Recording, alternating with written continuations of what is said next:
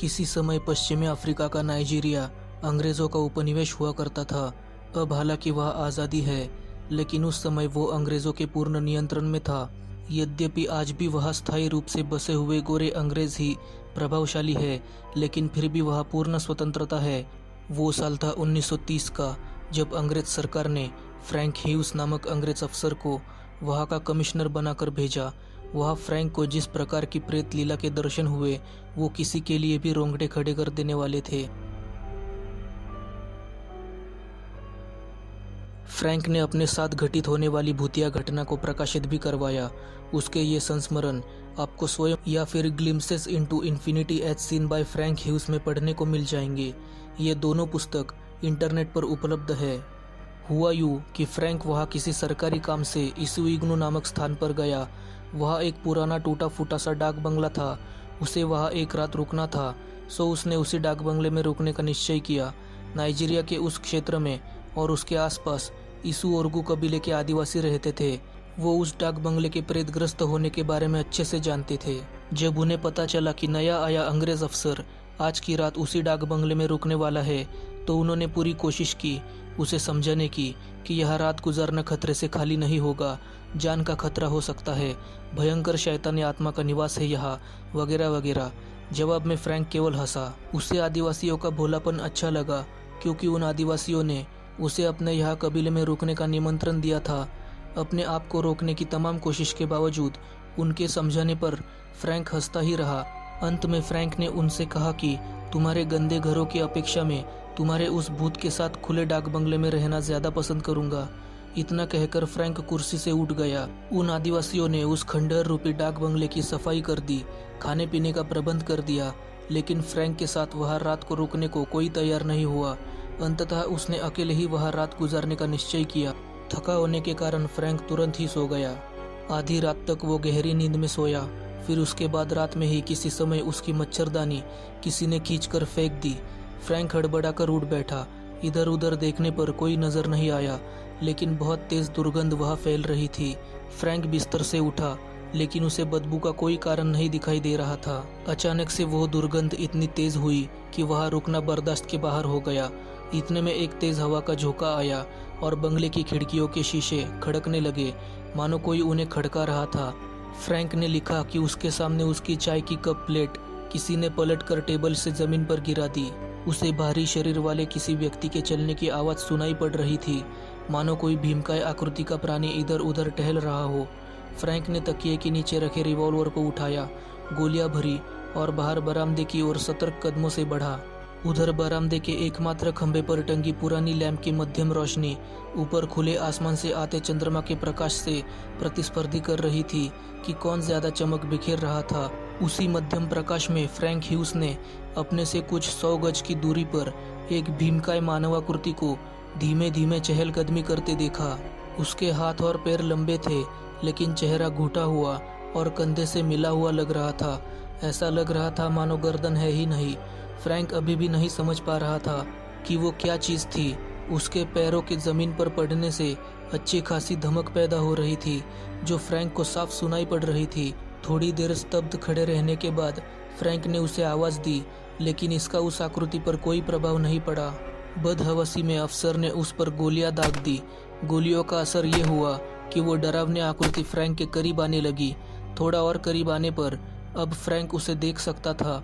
बैठी हुई नाक, बड़े बड़े नाखून, खुले हुए मोटे ओठ, गंजा सिर, स्थिर पुतलियाँ, गड्ढों में धसे हुए झुर्रियों वाले गाल एक बड़े ही भयानक चेहरे का निर्माण कर रहे थे।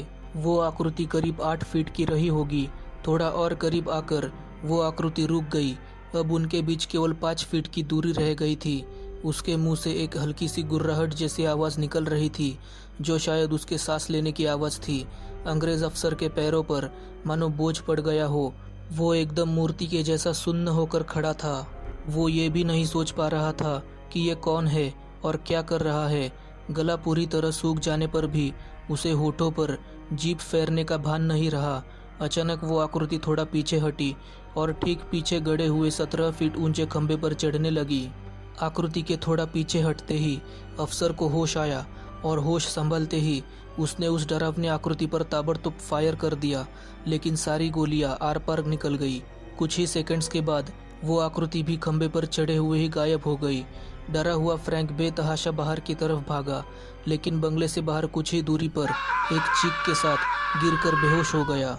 उधर उन आदिवासियों को इस बात का अंदाजा था कि आज की रात अंग्रेज अफसर पर भारी बीतने वाली थी, इसलिए कुछ साहसी नौजवानों की एक टीम डाक बंगले के बाहर खड़ी जाग रही थी। अफसर की आवाज़ सुनते ही वो सक्रिय हो गए। वो उधर की तरफ दौड़े जिधर आवाज़ आई थी। थोड़ी देर की खोजबीन के बाद वो उस अंग्रेज अफसर को अपने कबीले में लेकर आए। फ्रैंक अभी भी बेहोश था। तकरीबन 6 से 7 घंटे बाद दिन के उजाले में जब उसे होश आया तो उसने अपने आप को आदिवासियों के बीच पाया। 24 घंटों में ही फ्रैंक सामान्य हो चुका था। अगले दिन उसने कबीले के कुछ पुराने बुजुर्गों के साथ उनकी टूटी फूटी भाषा में बात की और उनसे उस डाक बंगले के इतिहास के बारे में पूछा। तो उन्होंने बताया कि आज जहाँ ये डाक बंगला खड़ा है वहाँ पहले एक टीला हुआ करता था। उसी टीले पर इसु ओरगू के देवता जुजू की पूजा होती थी और वहाँ जानवरों और मनुष्यों की बलि दी जाती थी। अंग्रेज जब आए तो उन्होंने उस स्थान की अनगढ़ मूर्तियों को उठवाकर एक और फिकवा दिया और वहाँ होने वाली नरबलि बंद करा दी और उस टीले को समतल करवा कर वहाँ डाक बंगला बनवा दिया। इस पर उन आदिवासी कबीलों का देव पुरोहित बहुत नाराज हुआ और अंग्रेजों के चले जाने पर पूरे कबीले वालों को इकट्ठा करके बोला कि इस डाक बंगले को जला दो और फिर से वहाँ देवता की पूजा प्रारंभ करो। लेकिन अंग्रेजों के भय से भयभीत कबीले वाले इसके लिए तैयार नहीं हुए। अपनी पूरी कोशिश करने पर भी सफल न होने के कारण निराश व हताश उस पुजारी ने उस डाक बंगले की तरफ उंगली दिखाकर उन कबीले वालों से कहा कि आज तुम लोग भय से मेरी बात नहीं मान रहे हो, लेकिन एक दिन ये डाक बंगला जलेगा और इसको जलाकर राख करने वाला भी कोई अंग्रेजी होगा। ये कहकर वो पुरोहित क्रोध से उन्मत्त हुआ पागलों की तरह बड़बड़ाता और मंत्र पढ़ता हुआ उस डाक बंगले के चारों तरफ चक्कर लगाता रहा और अंत में एक रस्सी से उसी बरामदे में स्थित एक लैंप लगे हुए खंबे से लटक कर आत्महत्या कर ली। आदिवासी कबीले के उन बुजुर्गों ने फ्रैंक को बताया कि तभी से उस पुरोहित का प्रेत डाक बंगले के भीतर रहता है और कोई उधर जाने की हिम्मत नहीं करता है। उनमें से एक बुजुर्ग ने फ्रैंक को बताया कि इससे पहले भी एक अंग्रेज अफसर आया था और जिद करके रात उस डाक बंगले में रुका भी, लेकिन उसे भी उस प्रेत ने रात भर रुकने नहीं दिया और उसने भी किसी तरह भागकर अपनी जान बचाई। फ्रैंक के उत्सुकता से पूछते जाने पर उन्होंने थोड़ा विस्तार से बताया कि वहाँ ठहरने वाले अफसर आधी रात के बाद एक विचित्र प्रकार की भीषण दुर्गंध वहाँ के प्रत्येक कमरे से निकलती हुई महसूस करते हैं और इस भीषण गर्मी वाले क्षेत्र में जहाँ रात को भी लोग पसीने से तरबतर रहते हैं, वही बंगले में रात को कपकपाने वाली ठंड पड़ती है। बाहर हवा बिल्कुल भी बंद क्यों ना हो, लेकिन बंगले के अंदर आंधी तूफान भी उठते रहते हैं जिसकी आवाज़ें कभी कभी वो बाहर तक सुनते हैं। अंग्रेज अफसर फ्रैंक ह्यूज ने सारी बातों की जानकारी पूरे विस्तार से प्राप्त की और जब उसे उस भूतिया डाक बंगले के प्रेतग्रस्त होने का पूरा विश्वास हो गया तो भविष्य में किसी और अफसर पर कोई संकट न आए, इसलिए उसने अपने सामने उस भूतिया डाक बंगले में आग लगवा दी और उन सब के सामने वो डाक बंगला जलकर राख हो गया। धुएं के गुबार में उठ रहे लम्हों में शांति थी, एक मुक्ति की शांति।